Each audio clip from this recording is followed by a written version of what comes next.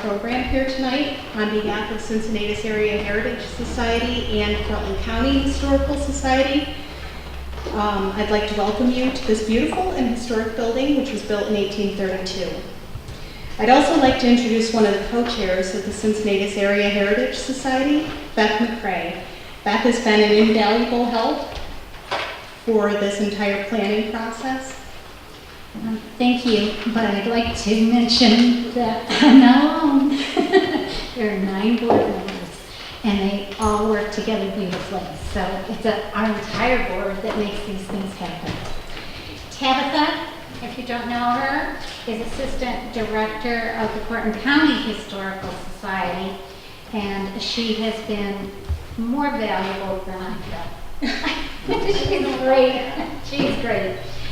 We have a number of sponsors. I'll quickly mention them.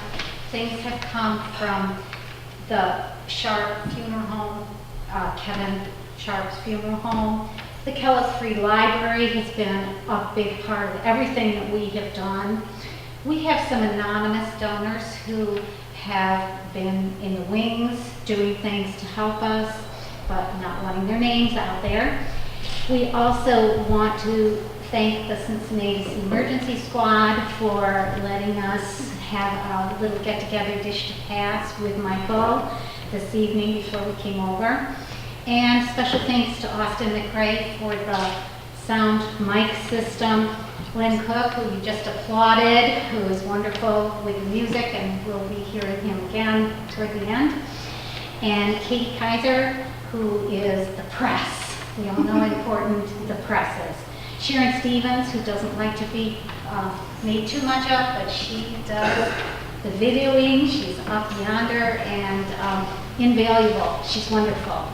Let's get back to tonight. Can you tell us a little about the fair that we're about to experience? I will. So this is an unusual and yet fascinating topic, and we are so glad that Dr. Bell could spare some time to enlighten us on the subject. Can you tell us just a little bit about how you came to this and give us a little history here? Okay, I can. I'm a history major. So Dr. Bell's work came to my attention because we homeschool our children.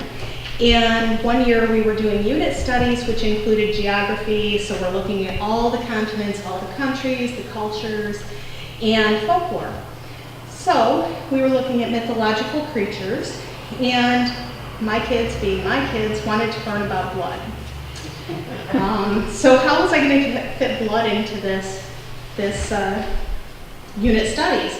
Well, we had to learn about health, so we decided to look at diseases of the blood. So we looked at malaria and tuberculosis specifically, and of course vampires fit right into the tuberculosis and malaria thing because of the blood. We were watching a documentary on vampires, and Dr. Bell was on there. So it combined everything that we were already looking at: vampires, blood, tuberculosis, and it was perfect. And then when I found out that he found a case of this in Cincy County, I knew we had to get in here because how common was this anyway? I mean, Okay, that gives us your background. Yes. Can you give us a little background on Michael Bell? I can. So our speaker tonight is Dr. Michael Bell, and he has a PhD in folklore, an MA in folklore and mythology, a BA with MA level coursework completed in anthropology and archaeology. He is an award-winning author and has taught courses in folklore, English, anthropology, and American studies at several colleges and universities. Dr. Bell was the consulting folklorist at the Rhode Island Historical Preservation and Heritage Commission, Providence, Rhode Island, for more than 25 years. In a nutshell, he is very knowledgeable about the subject and eager to share his findings. Will you please join me in welcoming Dr. Bell?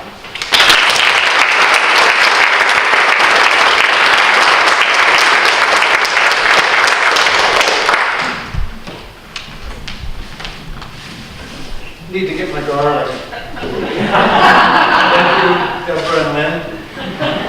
Homegrown garlic, so I'm willing to share if anybody feels the need tonight. Come on up. I'll put it down.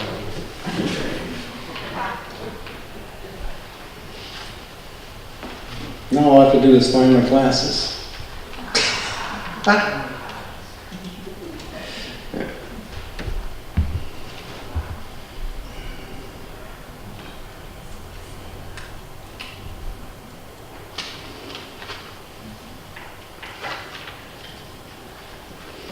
Well, thank you for that unnecessarily long introduction for me.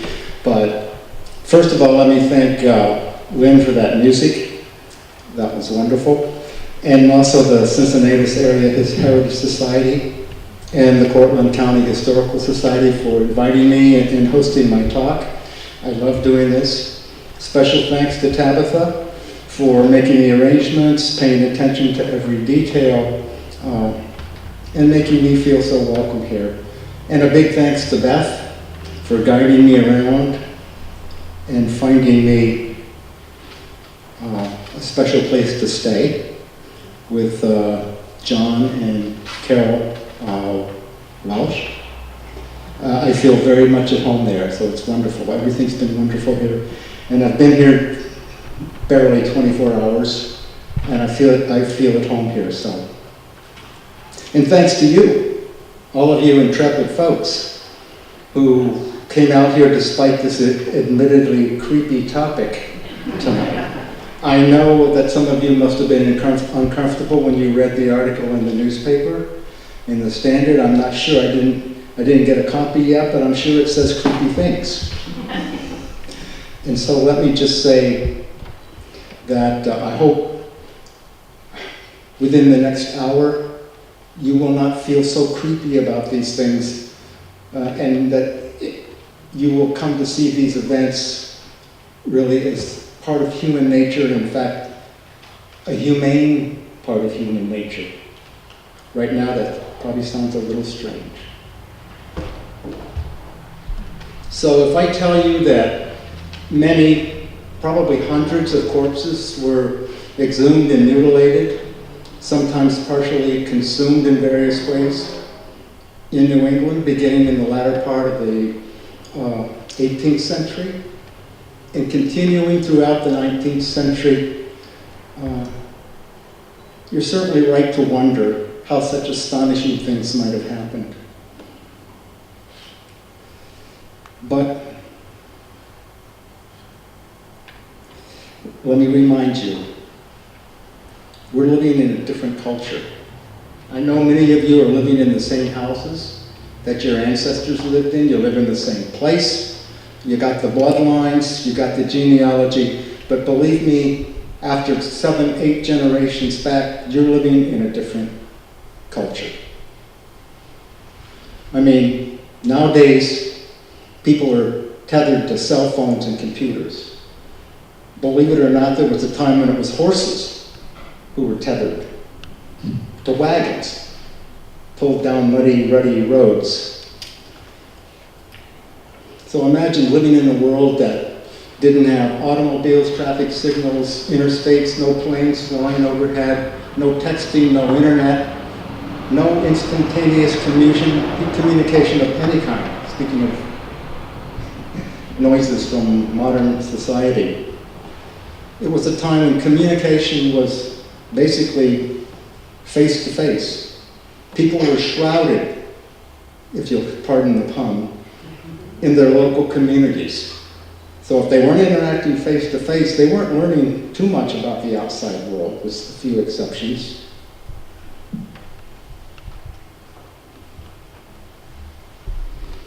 So my introduction to this world, which was a world of vampires as well as tethered horses, was a man whose name was Lewis Everett Peck, known as Everett in his community, which happened to be Exeter, Rhode Island, the very southern part of Rhode Island. I know it's a small state, but believe me, there's some isolated parts of Rhode Island, just as isolated as parts of central New York. He described himself as a swamp Yankee. I don't know if you have swamp Yankees up here, and a jack of all trades. And he was a descendant of Mercy Brown, who I later discovered was probably the last person exhumed as a vampire in New England. This interview took place in November of 1981, 37 years ago, almost exactly. I was beginning a 2-year project funded by the National Endowment for the Humanities to document traditional culture in southern Rhode Island.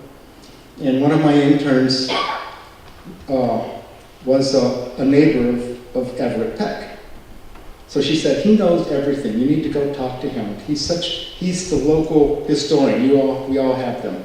Not the official historian, but the one who knows everything and collects everything. And the people that know and want to know go to Everett for that information. And then she said, and be sure to ask him about his family's vampire. Okay, that caught my attention. Whoa, I'm a folklorist and somebody's going to tell me about vampires here in Rhode Island, a family vampire? It didn't help that when I learned his address, it was at the end of Sodom Trail. So I'm going to go interview a guy about his family's vampire. I'm going along. No, actually, my intern, I made her come with me. And we're going to the end of Sodom Trail. It did give me a creepy feeling. But Everett made me feel really warm and welcome and sat me down on a couch, and he pulled out a pile of newspaper clippings of all sorts and went through them, and he thumbed through them and found this one. And he said, here, read this. So I felt like I was back in 3rd grade. Okay, yes, sir, I'll read this. And it was, they burned her heart. Was Mercy Brown a vampire? And so Everett started to tell me his story. And sometimes he pointed to this article that she put in his hand to make a point during the interview. And I want to play a very short clip of that interview because I love the way he tells the story and I love the way he speaks. I love to hear him. Listening to him speak, as I wrote in the book, is like the sound of someone biting into a crisp Macintosh apple. It's really nice.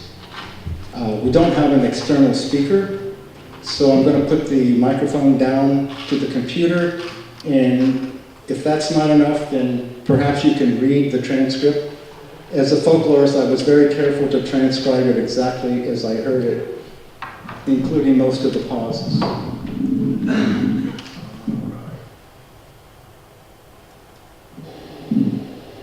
Brown is a relative. I can't tell you right now how we're related, because we are related. My grandmother was a Brown.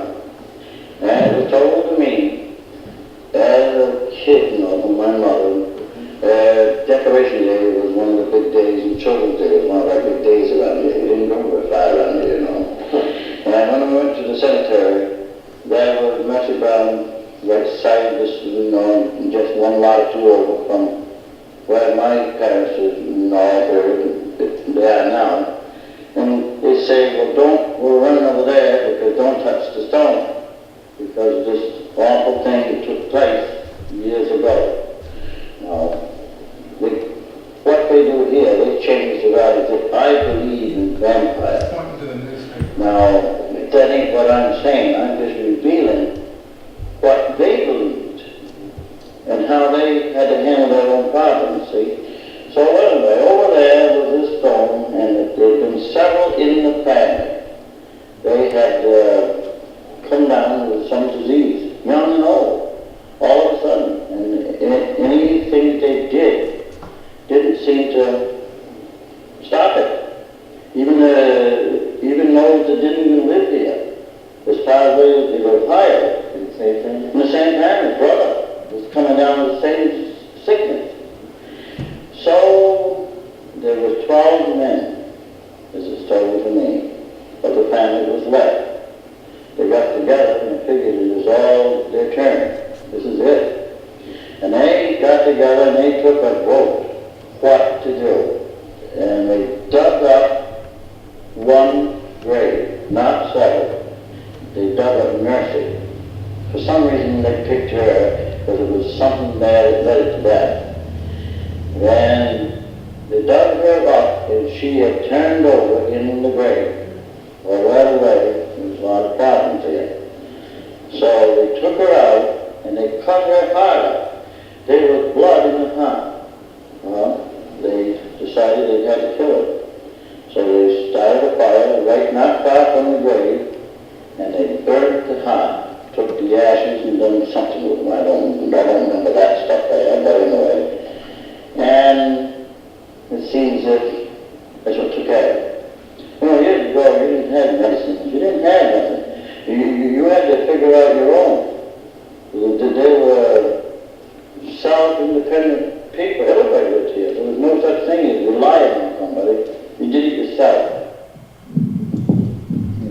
do-it-yourself vampire kit. Well, Everett, I think to prove to me that the story was based on factual events, took me out to the Grange, which is where they would go on Decoration Day, Children's Day, and Decorations Day, and the kids would play around. And it's right next to the Chestnut Hill Baptist Church, and behind the church is the cemetery. So the family story that he told me unfolded in a very natural way. It wasn't a creepy story they told at Halloween. They were warning children to stay away from this certain stone because of this awful thing that took place years ago. And then the story would be told, and it would have to be told again and again and again as younger children came into the family and had to hear the story. He showed me the Brown family gravestones. There was Mary Eliza, who was the wife of George Brown, Mercy Brown's father, who died in 1883, and his daughter, Mercy's sister, Mary Olive, died in 1884. Mercy herself died on January 17, 1892, at the age of 19. Everett showed me the rock where the family story says that her heart was taken and burned to ashes. And I think that's the rock that we warned to stay away from.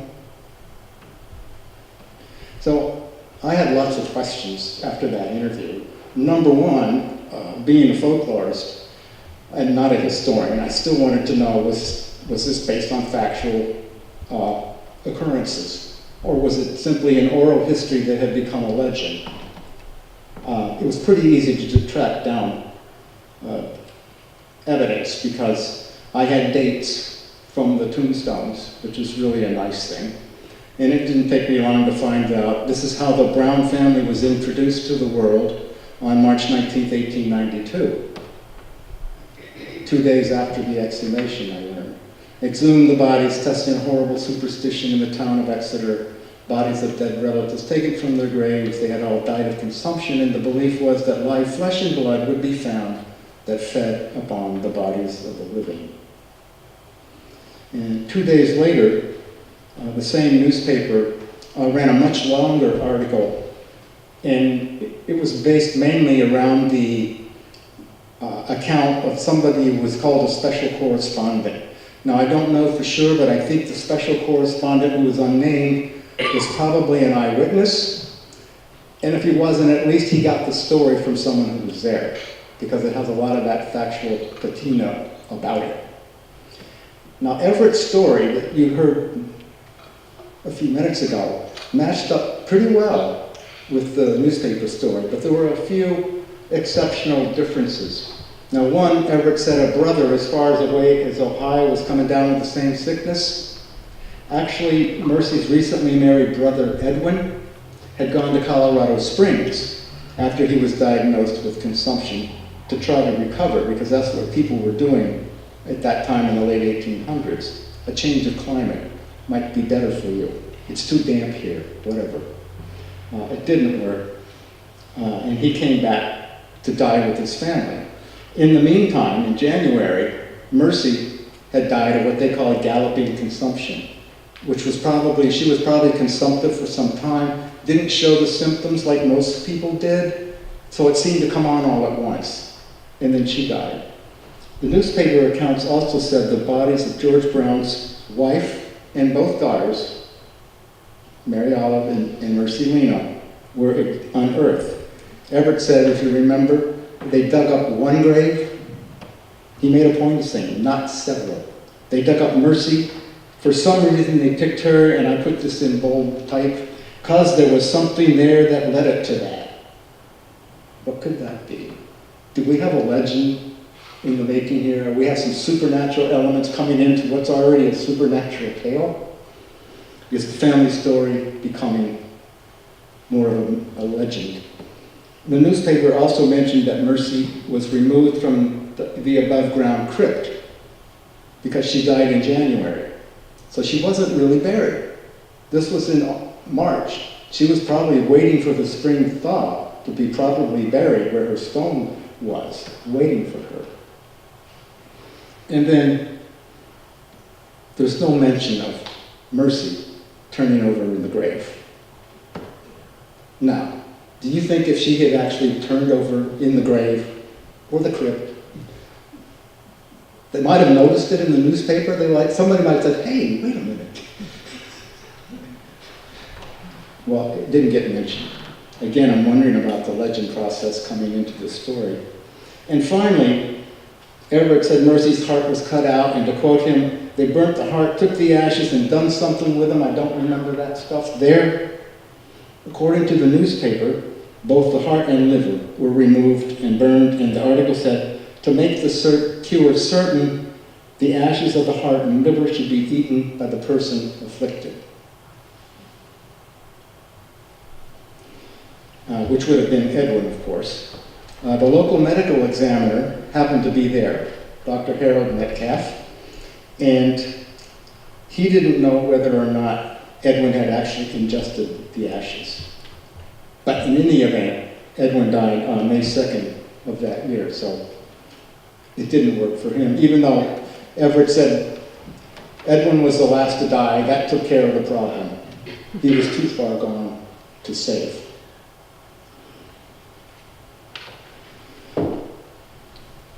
Well, that same journal article mentioned that the special correspondent failed to talk about vampires. He failed to get to the bottom of the superstition they wrote. And so to set matters right, they gave us in the newspaper a definition of a vampire, which was drawn from the Century Dictionary's definition. And obviously it's the European vampire that they're defining. That spectral being or ghost still possessing a human body, which according to a superstition among the Slavic and other races of the lower Danube, leaves the grave during the night and maintains a semblance of life by sucking the warm blood of men and women while they are asleep. But this vampire, the unseen killer that had destroyed the Brown family, it didn't seem to resemble the dictionary definition, which for many people probably looks like the granddaddy of all vampires. The clever and aristocratic Count Dracula of Bram Stoker's imagination of 1897 is portrayed by, at least in my generation, Bela Lugosi in the 1931 Browning film. In fact, the Brown family's vampire was so small that it was invisible, unless you had a microscope. And that's why this vampire remained a complete mystery until 1882, when Robert Koch, a German medical doctor and scientist, announced his discovery of the tuberculosis bacillus. So you see, New England's vampires, I don't want to let the cat out of the bag too early, at least from the point of view of the scientific community, they were actually pathogenic microbes, germs, if you wish to call them bacteria with fangs, you can do that. So what do consumptives and vampires have to do with each other? I think one link between tuberculosis, as it was called consumption back in those days, pulmonary tuberculosis. I think one link can be explained by how closely the symptoms of tuberculosis match up with the symptoms of alleged vampire accounts that we have from history and folklore. Because consumption was a slow-burning disease, not like yellow fever or smallpox. It was a disease that killed by degrees. And both consumptives and vampires are really the living dead. Consumptives really are walking corpses, waiting to die, at least at that time. They're pale and they're wasted. Their flesh is gone. They embody disease and death.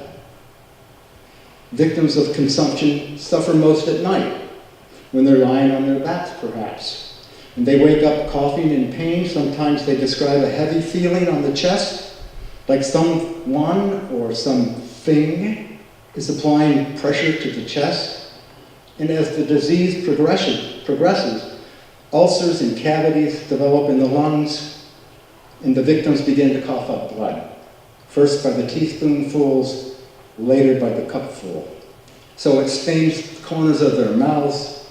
When the people come in the morning, they see blood on the corners of the mouth of the victim. They see blood on the bedclothes. So what are they going to think? Something is actually sucking, literally sucking the blood out of Mercy, or whoever it was.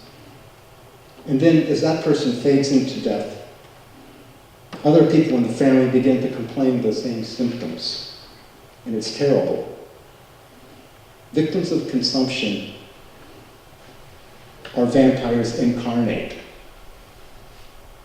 That's not a vampire illustration. That's an illustration that I got of a consumptive patient on the upper right. Both of those are consumptive patients. But they certainly could pass for vampires, couldn't they? Like this one. Another great old vampire film, if you know Nosferatu, from 1922. That's Count Orlok, who was actually playing Count Dracula, but for copyright reasons he had to be called Count Orlok, not Dracula. So if you read this description, written by a medical doctor of one of his patients with consumption in 1799, and you look at the face of Count Orlok, I mean, we could be describing a vampire, this vampire. The emaciated figure strikes one with terror, the forehead covered with drops of sweat, the cheeks painted with a livid crimson, the eyes sunk, the little fat that raised them in their orbits entirely wasted, the pulse is tremulous and quick, the nails long, bending over the edge of the fingers, the palms of the hand dry and painfully hot to the touch, the breath offensive, quick, and laborious. Vampire or consumptive? Well, during the 1700s, tuberculosis infections began to increase dramatically in America. And by 1800, almost 25% of all deaths, according to some statistics, were attributed to consumption. That's about, I guess, the rate of cancer today. So you can imagine how scary that was for people that didn't know what caused it or how to cure it. Because the medical establishment, despite anything they might say, could not cure it. The quacks couldn't cure it. The patent medicine salesmen couldn't cure it. But all of them would claim they had cures. But to be honest, a diagnosis of consumption back then was a virtual death sentence. So, again, I ask you to transport yourself back a century and a half or 2 centuries. You do not know that tuberculosis is caused by a germ, but you do know that this mysterious ailment is contagious in some way because you've seen your family, your friends, and your neighbors die one after another. The doctors can't stop the dying. You feel helpless, you feel terrified. Death itself appears to be contagious. Don't get too close. You'll die too. And now people in the community, maybe they're whispering that there's a possible cure. And they're saying things like, you should give it a try. Because they tell you, or if they don't tell you, it's between the lines, if you don't stop it in your family, it's going to take my family. And so there's evidence they would put pressure on people to go out and perform these consumption rituals. Yeah, sure, the cure seems horrible and horrific. But what are your options? You do nothing and let your family die?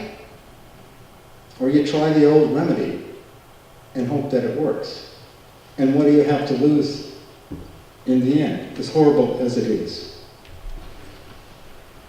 Well, what was this old folk remedy? By the way, this is an illustration of the Mercy Brown event that a newspaper outside of Rhode Island decided they should illustrate, and they got one of their artists to create, based on the article, what it might have looked like. Well, the old folk remedy wasn't called vampirism by the people in the community. That's something that a few outsiders called it. Not even that many outsiders, at least in the beginning of the 1800s, called it vampirism. I think the first mention of that was something like 1842. Well, you start by exhuming the bodies of deceased relatives and checking them for signs considered to be extraordinary. Now, what does that mean? We're talking about people who probably didn't know the process of decomposition very intimately. Because people would, in those days, weren't embalmed in the early days. They would get shrouded, maybe put in a coffin if you had the money, and put in the ground pretty soon. And they were rarely exhumed and examined to see what was going on in the grave. So they were checking for extraordinary signs, which usually were what they called fresh blood in the heart or other vital organs. Now, by fresh, they meant liquid. So any liquid that was in a vital organ, a heart, a liver, a lung, that would be considered fresh blood. And how did it get there? Well, we can think of how. The demon that was occupying the person's corpse and killing the other people in the family, the unseen spiritual connection. So you might be instructed to cut the heart out, maybe the liver, like in Mercy Brown's case, burn it to ashes, feed the ashes to people in the family who had the disease. Of course, since this is a folk remedy, and it got passed around in communities to community, over time it changed and we find different versions of it circulating around. The same ritual might include burning the entire corpse, and sometimes having the family members stand in the smoke to fumigate themselves or to inhale the smoke. And then again, you have to consider that a form of cannibalism. I hate to be explicit about it, but that's basically what it is. It's a burned product, but still. Or you simply turn the corpse face down. Now that's a good one. I guess whatever it was that inhabiting the corpse was so stupid that instead of digging itself out of the grave, it dug itself further down into the grave. We're not saying these vampires were clever and smart. They weren't Count Dracula. Sometimes you would be asked to search for and destroy a vine that was growing through the coffin, through the corpse, sometimes covering the entire corpse. And you would take that vine and burn it, and maybe you would burn it with the vital organs too. Or you might simply rearrange some of the bones if there wasn't enough flesh, like the head or the legs. So basic folklore research shows that there are similar stories like this, like Mercy Brown's story, that were distributed throughout the world. As you can see from this entry in the motif index under vampire, I don't know if you can see, but right in the middle it says Stetson, the animistic vampire in New England. So New England made it into the motif index of folk literature way back in the 1940s. Somebody knew about it. George Stetson wrote the article for the American Anthropologist on this belief in 1896, right after Mercy Brown's exhumation. And the rituals are identical in the old world and the new world. So it seems obvious to me that there was an old world foundation for this particular belief and practice. Some people in the newspapers of the day tried to blame it on the Native Americans, the usual scapegoats. Some people said, no, it was an African tradition that the slaves brought over. No. I'm sorry, folks, it came from Europe. Well, when I first published my book on the topic, Food for the Dead, the first edition in 2001, I had about 20 cases of these so-called vampire rituals in New England. And the documentation that establishes the practice is pretty extensive. It includes eyewitness accounts, family stories, local legends, newspaper articles, local histories, town records, journal entries, personal correspondence, genealogical records, and as we're going to see very shortly, some actual human remains. But at that time, I thought I'd only uncovered the tip of a much larger iceberg. And for once in my life, I turned out to be right. This is now up to about 75, just in New England. I'm not counting the rest of the country where some of these things happened as late as 1949. We can't talk about that tonight, but it's interesting.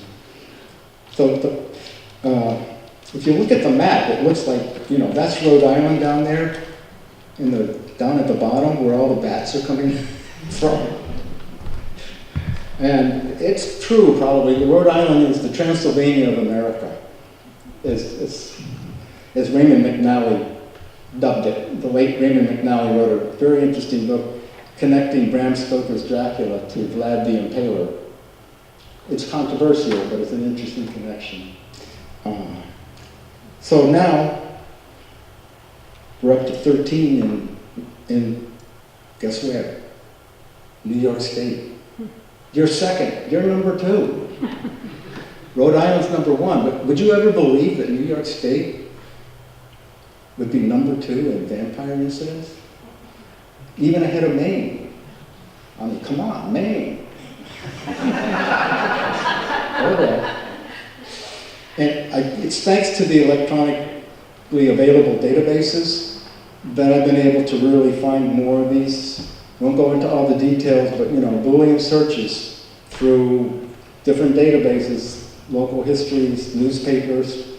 You can find all sorts of stuff. It's amazing. And what we're about to see, the evidence shows that this practice was not New England's dirty little secret. It was known and it was accepted, sometimes even endorsed by the community at large, by town authorities, and yes, even by clergymen, congregational clergymen. Not here, maybe, but we'll see. Well, according to eyewitness accounts, 500 to 1,000 people were present in the town of Manchester, Vermont in 1793 to see the heart, lung, and liver of Rachel Harris Burton burned on the blacksmith forge to try to save her husband's second wife. So she was vampiring the first wife was vampiring the second wife. Well, we've got a motive. Usually we don't have a motive. I like this one from the town of Cumberland. This is the most explicit official endorsement I found. February 8, 1796, the town of Cumberland, Rhode Island, gave Mr. Stephen Staples permission to dig up the body of one of his daughters to, and this is what they said, try an experiment to try to save the life of another daughter who was married at that time. Now, I don't know what experiment it would be if he's digging up the body, except, yeah, one of these rituals. But I think the most remarkable of the newer cases I've uncovered comes from Belchertown, Massachusetts, which is in the Connecticut River Valley, east of Springfield. In a letter to a friend in 1788, the town's congregational minister, who was the minister eventually for over 50 years in Belchertown, Reverend Justice Forward, writes about embarking on a trip with his daughter, who just happened to be named Mercy. It was a common name. And they were going to a nearby town, and he describes in the letter how she began to hemorrhage, which really gave him a lot of worry, because he says in the letter he already had 3 daughters die of consumption, and 2 others, including Mercy, were suffering at that time. So in the letter, he writes, I'm quoting, "I had consulted many about opening the graves of some of the deceased to see whether there were any signs of the dead preying on the living. And though many advised to it, and some, in fact most, thought it awful, yet Dr. Williams and some of the others spoke in such a manner about it that some of the family were not soon reconciled to it. However, they consented." So we have that consultation that's pretty common in these events. So male family members and prominent male people in the community making these decisions. So Reverend Forward goes on to describe how on the previous Friday, so this is a fresh letter, not from way back in his memory, they opened the grave of his mother-in-law. No jokes, please. Martha Morton Dickinson. And he writes, "She had been buried almost 3 years, and she was wasted away to a mere skeleton. It was suggested that perhaps she was not the right person." So they reburied her. This is in the nearby town of Hatfield. And they went back to Belchertown. And he writes, since I had begun to search, I concluded to search further. And this morning opened the grave of my daughter, who had died, the last of my 3 daughters, almost 6 years ago. On opening the body, the lungs were not dissolved, but had blood in them. The lungs did not appear as we would suppose they would in a body just dead, but far nearer a state of soundness than could be expected. The liver, I am told, was as sound as the lungs. We put the lungs and liver in a separate box and buried them in the same grave 10 inches or a foot above the coffin. Now that's an interesting variant of the ritual. That's a new one. I haven't seen that before, burying them in a separate place.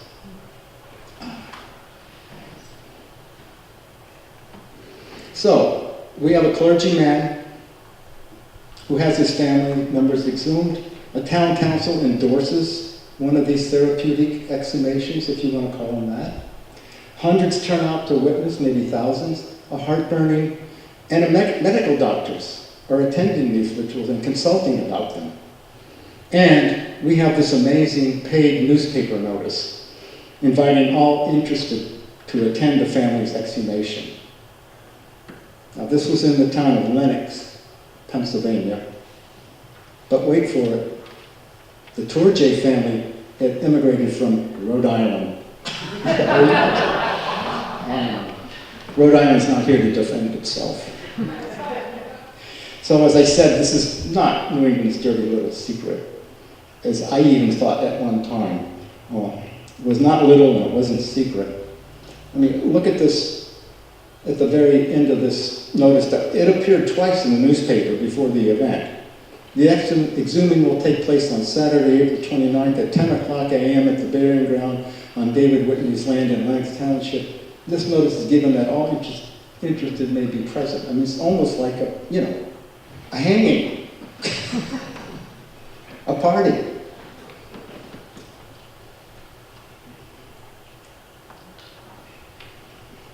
And even well-known New Englanders knew about and commented on these rituals. Henry David Thoreau wrote about it in his diary, September 26, 1859. And I was able, on the basis of that entry, to connect it to an event that was written up in the newspaper just before his journal entry. So it's obvious that this is the same one. It's almost word for word. I don't know if Thoreau was a plagiarist. I don't think so. But it looks like he took that almost from the newspaper and put it in his journal. Well, he wasn't publishing it. It was published after his death. And you know his interest had to be more than academic because he had consumption at the time. And he died from consumption, how many years later? 3 years later, maybe? Yeah. Yes, he died 3 years later, so. I think he was interested in consumption cures, looking around to see what he could find, and ran across this. And I was able to document Mrs. Lawrence. I found her death record. She died of pulmonary consumption in September of 1859, so pretty conclusive. And now we come to, as a former archaeologist, some of my favorite things. Digging up dead bodies. No, not really, I'm joking, seriously. I mean, really, really old dead bodies, not new ones. So I got a phone call in 1990 from Nick Bellantoni, who was a Connecticut state archaeologist at that time and just retired a couple of years ago, in fact. Look how young he was then, 1990. And he said, on the phone, he said, this one burial is really weird. It looks like this guy was buried long enough to decompose. Then he was dug up and some of his parts were rearranged and then he was buried again. And he told me that earlier in that year, February of 1990, 3 boys were having fun sliding down the slopes of the gravel mining operation, of the gravel pit, and 2 skulls popped out of the gravel pit and rolled down the hill with them. So they did the right thing. They didn't take them home and put a candle in the cooler. Whatever kids might do with skulls, I don't know. But they took them to their parents, and their parents went to the authorities, and the authorities thought, well, I wonder if we've got like a serial killer in town. But then on closer examination, it was obvious that the state archaeologist, Nick Bellatoni, was the one that should be involved in this, because they were really pretty old. They weren't some fresh thing. And Bellatoni's research revealed that the skulls were from an unmarked cemetery from the town of Griswold, and used from around the late 1850s to early 1800s. When members of the family, they were the Walton families. If you're old enough, it wasn't the Walton families that was on TV from Virginia. And they went west for better farmland. Maybe New York, maybe Ohio, don't know. But an unidentified family started using it until about 1830. And then the cemetery was abandoned, and the field stones, the uninscribed field stones, were rediscovered by the land. And they stayed that way until the boys uncovered the thing in 1990. So when I visited, which is about an hour from where I live, in Griswold, Connecticut, all but one of the remains had been bubble wrapped and stored pretty much, waiting for reinterment in another cemetery, an active cemetery. There were 29 burials, I think, and they were just getting through the last of them. The one exception was burial number 4, the weird one that Nick had mentioned on the phone. Now, he said he called me because he knew that I had been researching this vampire thing, and he thought maybe this was related. Because the forensic anthropologist who examined the bones said that burial number 4 was number 1. He was the best preserved of all the bodies in the cemetery. And he had been the only one that had been buried in a crypt that had stone slabs lining the sides and also on top of the coffin. I mean, they did not want him leaving. That was obvious from the way he was reburied, as it turns out. And on the lid of his hexagonal wooden coffin, one of the few that was buried in a coffin, spelled out in brass tacks was JB55, which the forensic anthropologist determined was probably his age, and no doubt JB were his initials. We don't know what that stands for. But when they went down into the grave itself, through the coffin that was mostly not well preserved, they found that his skull had been moved from its normal position, and his femur, the long bones, they had been taken out from their position and crossed over his chest. I'm getting too dramatic. I'm known for it. And so Nick Bellatoni described it as a skull and crossbones pattern, which was a huge mistake. We won't go into how many times we've been contacted by Hollywood producers and say, do you think it's possible that pirates were burying their loot in vampire graves to keep people away from them? And I'm like, what would you think of that? And I said, if I said bullshit, what would you? Would you still want to talk to me? Sorry. So, further analysis of JB's ribs indicated that he had lesions on his ribs, which indicated he had a chronic pulmonary disease. Probably tuberculosis. Interesting. There's a close-up of JB. Now you can see on the site map, JB is the one in blood red. How close to the edge of the gravel mining operation he was. And the ones over here on the other side, on the left of JB, on your left, they did actually literally lose their heads. And probably 2 of those were the ones that the boys had discovered. And then next to JB was NB and, who's the other one? IB. Probably his wife and a child. ID 45 was on spelled out in tacks, brass tacks. So that was probably his wife. And NB13 was on the other coffin, so that was probably, the archaeologist said it's a sub-adult, meaning they couldn't determine the sex because it was too young. So it's probably a 13-year-old that hadn't matured enough to be able to determine if the pelvis was like this or whatever. So I guess the following scenario is the best explanation that we could come up with. As a last resort to spare the lives of the family and stop consumption from spreading into the community, JB's body was exhumed and examined, and maybe they didn't find enough flesh or organ material, but they still suspected him. And so they did Plan B, and there's always a Plan B in folklore, and a C and a D. There's always an answer. It may not be the scientific best answer, but it's an answer.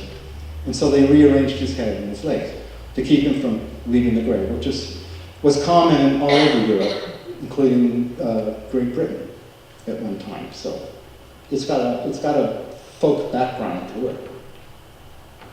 And here's JB's skull. A rugged individual, had a few dental issues, as most people did.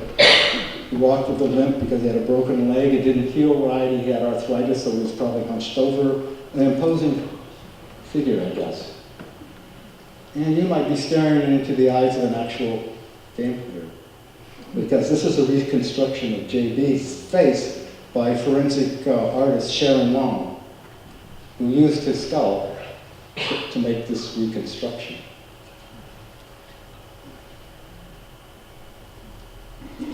Well, 2 miles from this site in Griswold, Connecticut, is the village of Jewett City, also in Griswold, where 3 bodies were exhumed in 1854, and 1 or 2, depending on which version of the story you believe, were burned. So there's a precedent there, right there in the same town, for vampire activity. That was Lemuel and Elisha. They were 2 brothers. 1 or both were burned. And now we come to some local lore. Well, local enough, I guess. This first appeared in the Auburn Advertiser, right here in New York. And I don't know if you want to read that. It's pretty gruesome. Cayuga County, probably 35 miles from here, where this happened.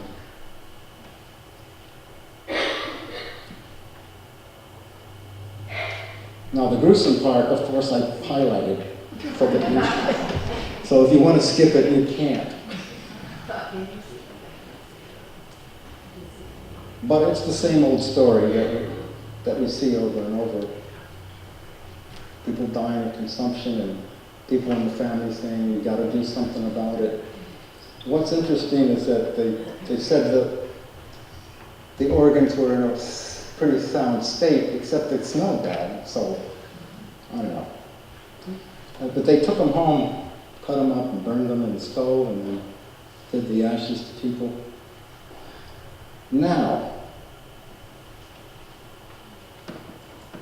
18 years later, something interesting materialized, just like that. A medical doctor writing in the Physio-Medical Reporter provides an eyewitness account of that event, which happened in August of 1851. So in 1869, he's recounting the event because he had just read about it happening in New Marlborough, Massachusetts in 1869. So he put that account in his article and then said, by the way, a similar case came under my own observation in Cayuga County, New York in the summer of 1861, or 51. He said, during the spring of that year, we several times visited a consumptive patient in company with a friend practicing in the village of Kellogg'sville. So the first article, 18 years earlier, did not give me a place. It just said Cayuga County, a place known for its great intelligence. And so it was horrible that they did this. And now we have a place. And he's there, I think, with his wife. I've done research on Dr. Cook. His wife was also a medical doctor, and she would accompany him on some of his visits and so on. And I think I narrowed down which doctor it was in the village, just based on the historical records and who was there at the time and who was most likely to be friends with Dr. Cook because of their common backgrounds. And he makes the point, Dr. Cook, that he was only there with the physician to let people know, and he said there was a vast crowd there, let them know that this was a terrible, horrible superstition and that it wasn't going to do any good. So he's kind of defending his honor, because in the earlier newspaper versions they said, what kind of surgeon would take part in this? So he's 18 years later, he's coming back and saying, well, he's rationalizing, this is why I was here. He was probably there also to see the bodies, because it's an opportunity for a medical doctor to actually, examine and cut up corpses, which is hard to get. Sometimes they had to steal bodies. The resurrectionists, they were called, the body snatchers.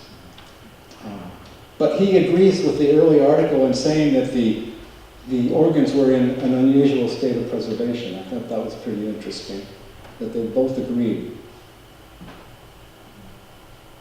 Well, I went out there this morning to Kellogg'sville Cemetery, and let me tell you, it's an interesting place.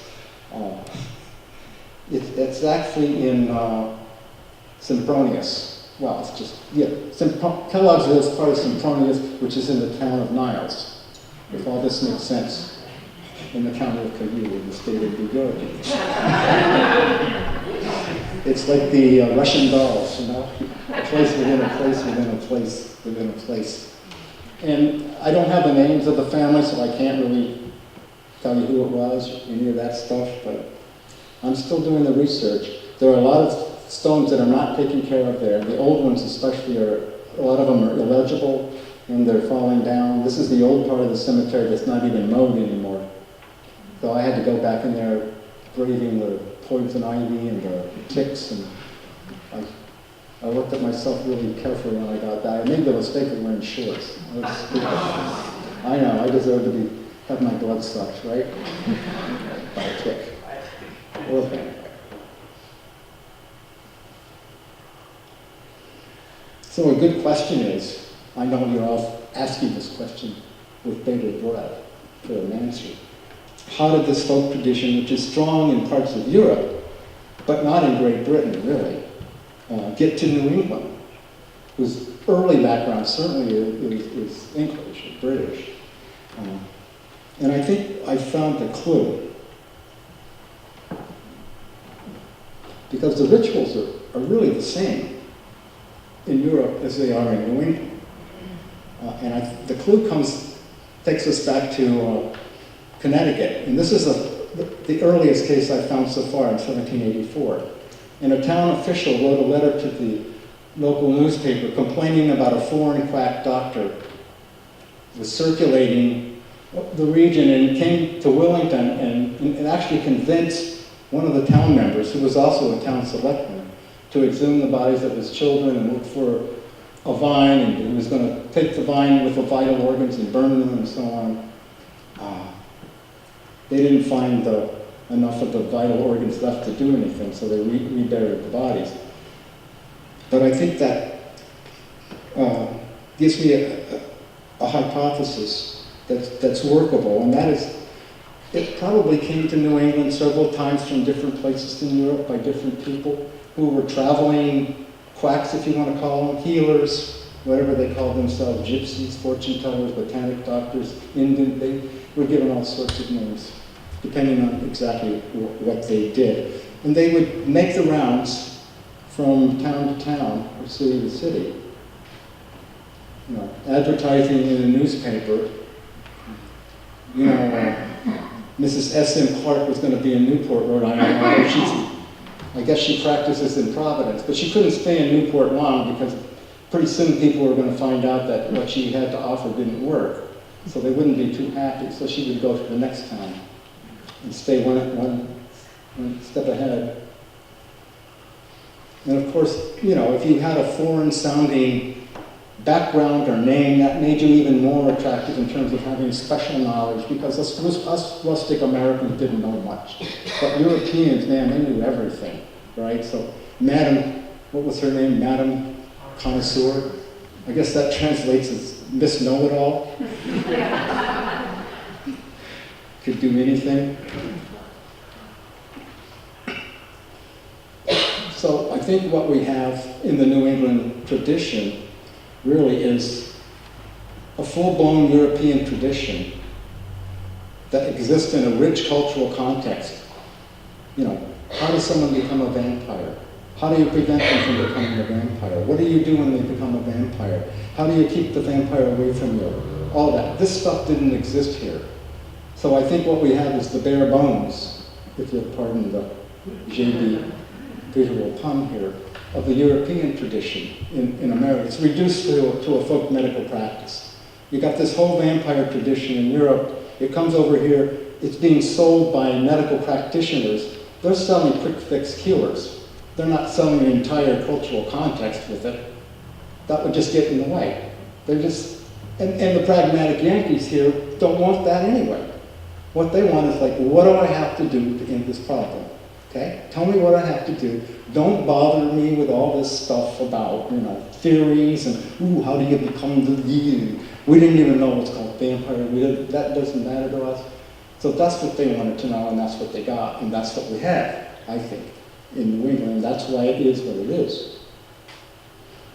So we can come back to the question that was posed to me in 1981 by that article that Everett Peck showed me was Mercy Brown a vampire. Well, if you're looking for a thing, a monster, a corporeal corpse, the incarnate vampire that comes out of the grave literally and sucks people's blood, no, that's not what we have here. But if you're interested in the process, in the ritual, in the spiritual connection that both old and new worlds saw in the vampire, then I think what we have here is probably vampirism in a reduced sort of way. And that, by the way, is Mercy Brown's crypt in Chestnut Hill Cemetery.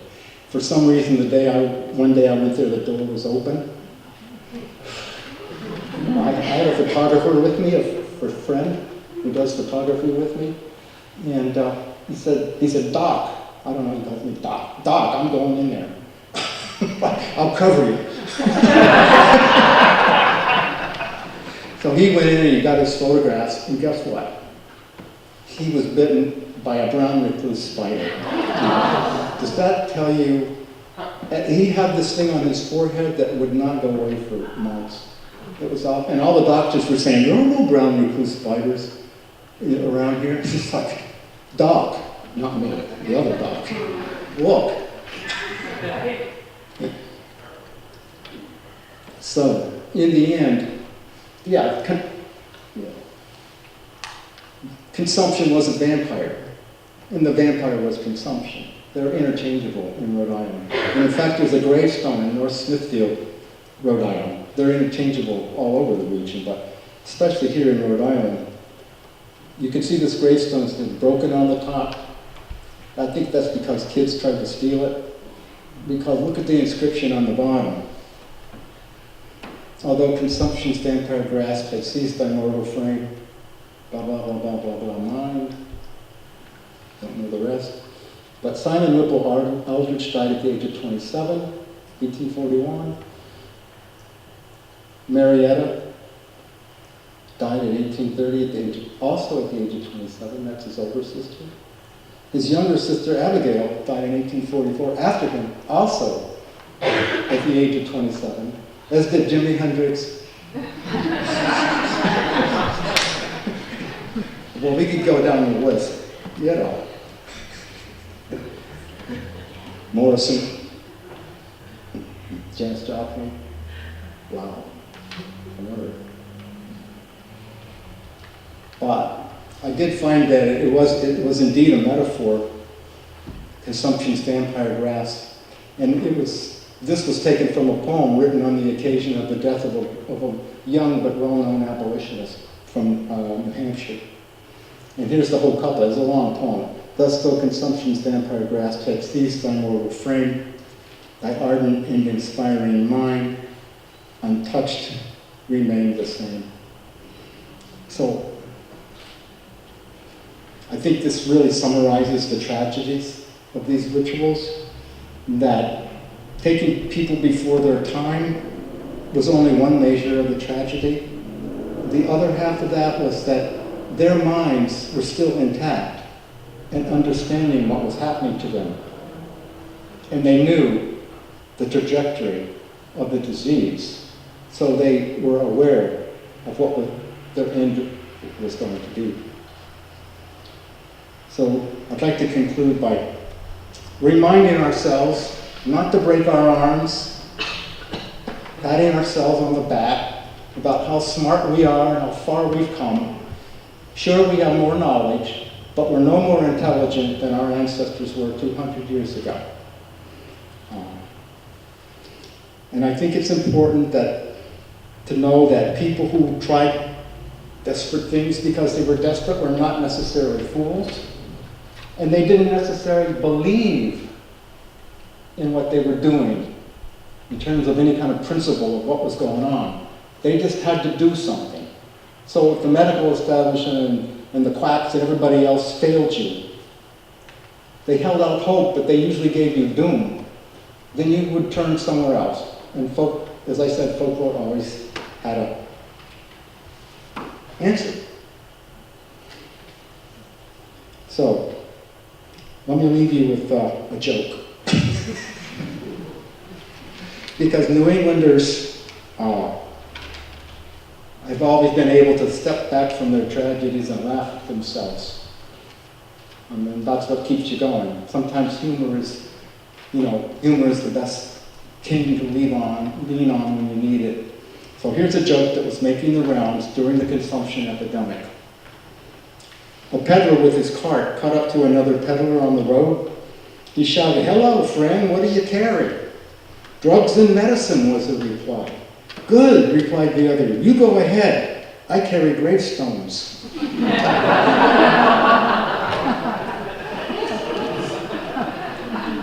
Okay. Well, with that, I will leave them laughing.